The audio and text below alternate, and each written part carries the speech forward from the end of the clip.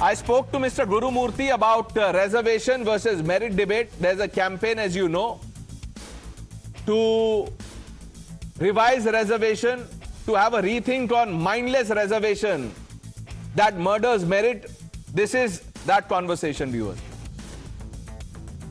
Mr. Gurumurthy, as you must have read, seen and heard, there is now a campaign, so to say, that talks about looking at the kind of reservation that we have. They say revise the quota, have a look at it. Why should merit be, made to suffer because of mindless reservation? There's a campaign that says reservation hatao. What is your view on it, sir? You see, reservation is a problem which has been mishandled from day one.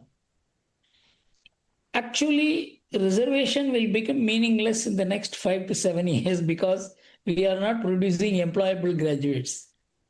So we need more skills. The world needs 80 million skilled hands, which except India, no other country can supply. But you are not producing skills through reservation. So a whole paradigm shift is taking place.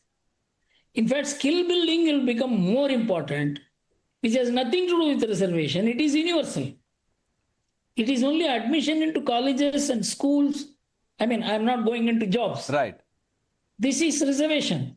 This is losing sheen. Actually, many people do not know that roadside automobile mechanic knows more automobile engineering than an engineering graduate. You know, the kind of studies which have been made by different institutions, they expose that 67% of your graduates, whether they have come through reservation or general route, they are incapable of measuring up to the skill needs of the economy and the country and the world. I would like to agree with you, Mr. Gurumurthy, but my question is this, the ease with which you can say this on national television, which political party or which political leader in the country will dare to say all of this about reservation? You are saying it will not be relevant in the next 5-7 years. Can any political party, afford to say something as simple as this, as logical as this? You see, it is not, nothing needs to be told. It is being realized. I'll tell you, I have been witness to pro-reservation agitations in Tamil Nadu and anti-reservation agitations when the Mandal reservations came. We were witnesses to both. The Mandal agitation failed. Why? Because of electoral politics.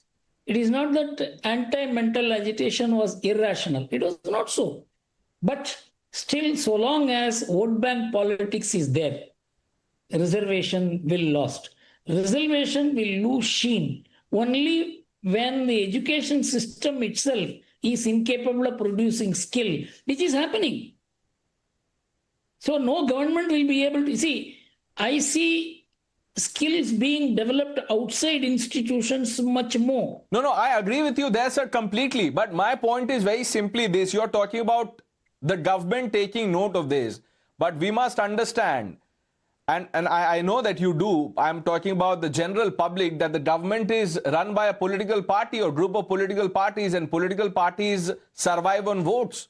So which political party will take this risk? Nobody is going to take the risk. Everybody will postpone. Mrs. Gandhi postponed Mandal Commission first.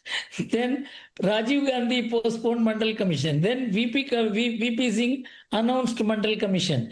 And then the Mandal Commission, the percentage was restricted as compared to Tamil Nadu, Andhra, Karnataka, Kerala. That matter is still going on. See, this tussle is going to be there between merit and reservations because of the vote bank politics.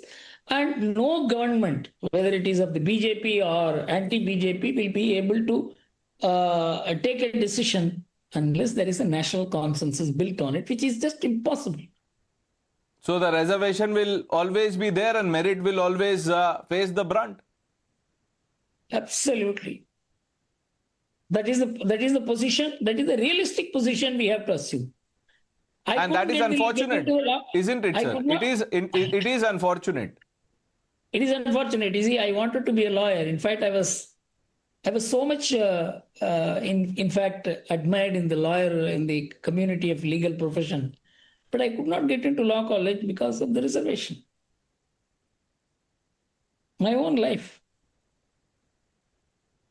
And there are several such examples where, people with 1 or 2 marks or 10 marks are getting seats where the person scoring 60, 70 is not able to get through. So who addresses the concerns of these people? What about social justice for them? You see, when I was seeking admission, there was not even examination. Only my caste name was seen and I was rejected. There you go. At least now there is some examination in which there is cut-off marks and things like that. So, in those days, there was nothing.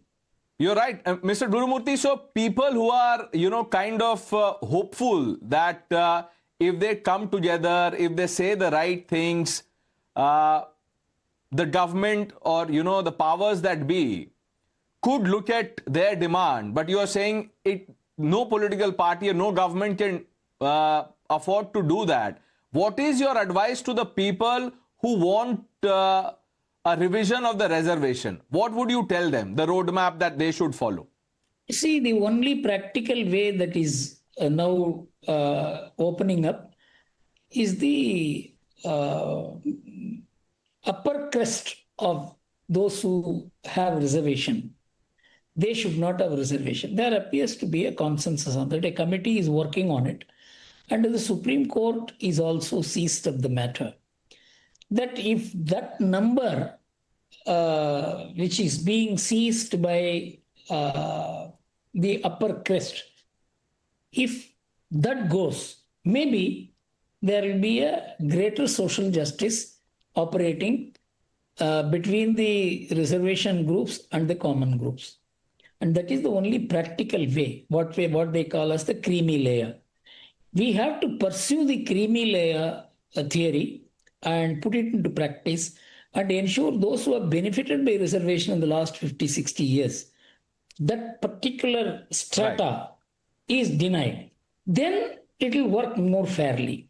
My final question to you, sir, then would it be wrong to say that netas, and I'm not taking names, all netas, all political parties, current, previous, aspiring, budding, all of them, they push quota in name of social justice, but essentially they are securing votes.